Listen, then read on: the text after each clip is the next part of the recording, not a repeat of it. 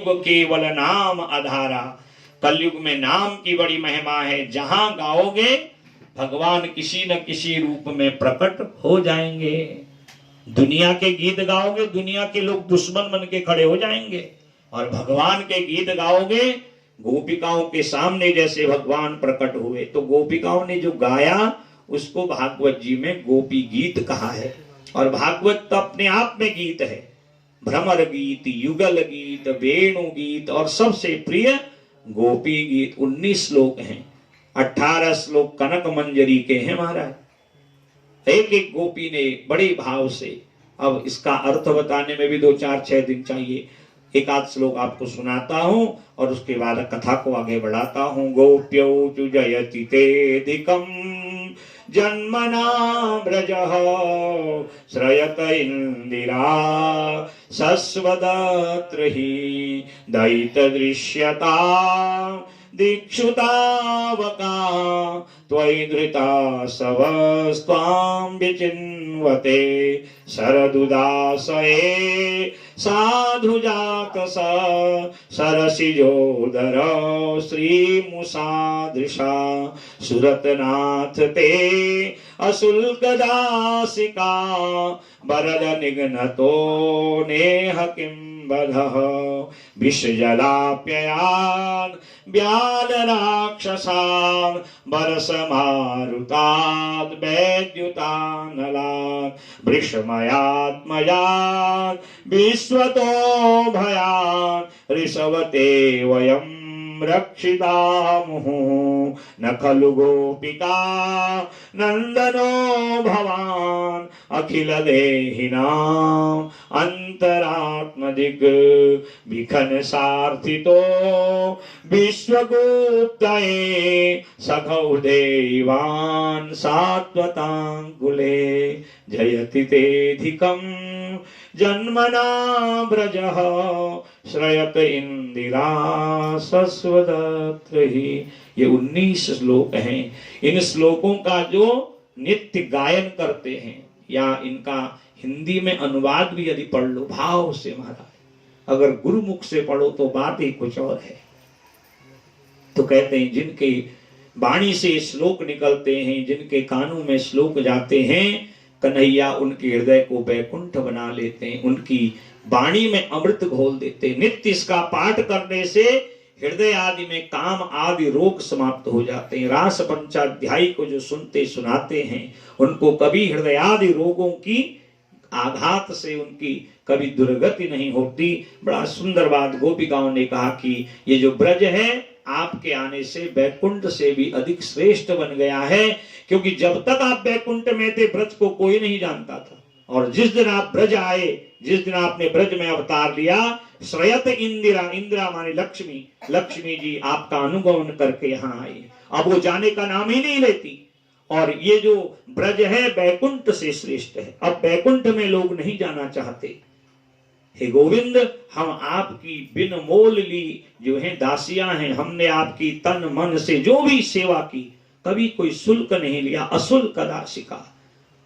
और ऐसी जो प्रेम करने वाली गोपिकाएं आपकी हम हैं, हमको ऐसे विरह अग्नि में तड़पा तड़पा के मारना क्या आपको अच्छा लग रहा है? क्या ये वध नहीं है? आपने बड़े बड़े राक्षसों का वध किया, विष जलापयाद व्याल राक्षसाद वर्ष मारुताद वैद्युतानलाद। अरे इंद्र ने वर्षा करी तब भी रक्षा करी, वृषभासुर आया रक्षा करी, आग लगाने वाला रक्षा राक्षस आया आपने उससे रक्षा करी, कालिय नाग ने सारे यमुना को विषैला कर दिया था उससे रक्षा करी। क्या इसी दिन की रक्षा करी कि हम आपकी विरह अग्नि में तड़प तड़प के मरे? नहीं, हम मरने वाली भी नहीं। दीक्षुताव का इन आंखों का संकल्प है, जब मरेंगी तो आप सामने हो, देहावसाने तुम सामने हो, बंसी बजाते मन को लुभाते, यह गीत गाते मैं प्राण त्यागू गोविंद दामोदर माधवेति। क्या तुम समझ रही हो कि हम नहीं आएंगे और यहाँ पर प्रकट नहीं होंगे, हम मर जाएंगे? नहीं, शरीर भले मरेगा, प्राण और ये आंखें आपके लिए सदा आकुल व्याकुल रहेंगी, क्योंकि इनका संकल्प है जब प्राण निकले और आप अपनी दिव्य माधुरी के द्वारा हमको मोहित करते हुए अपने में समाहित करो। आप यशोदा के नंद हैं। हमारी गलती है कि हमने अहंकार किया। न खलु गोपिका नंदनो भगवान, आप हमारे ही नहीं, आप नंद नंदन के हैं, यशोदा के हैं। अखिल देही नाम, प्रत्येक जीवों की आप अंतरात्मा है। यदि कोई हमसे कहे कि कथा सुन के कृष्ण को आनंद लीजिए, हम कैसे लेंगी? कथा तो वो सुने जिन्होंने आपको देखा नहीं, जिन आंखों ने आपको देखा है, जिनकी नजरों में है श्याम प्यारे, वो रहते हैं जग से नियारे।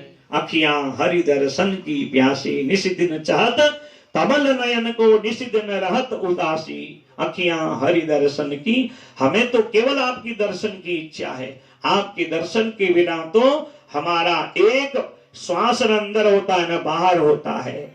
मारना है तो आप अपने सामने मारो, क्या ऐसे जो है तड़प तड़पा के मारना, वियोग में मारना क्या बद नहीं है? बड़ी सुंदर बात कही। हम पति को छोड़ के आए, पुत्र अपने परिवार को छोड़ के आए, कोई भाई को छोड़ के आया।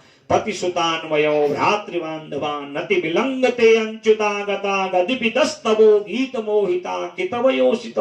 भगवान को छलिया तक कह दिया, कितव, अरे छलिए तेरे रूप एक तरफ उलाहना देती हैं और दूसरी तरफ रोती भी हैं, आकुल व्याकुल।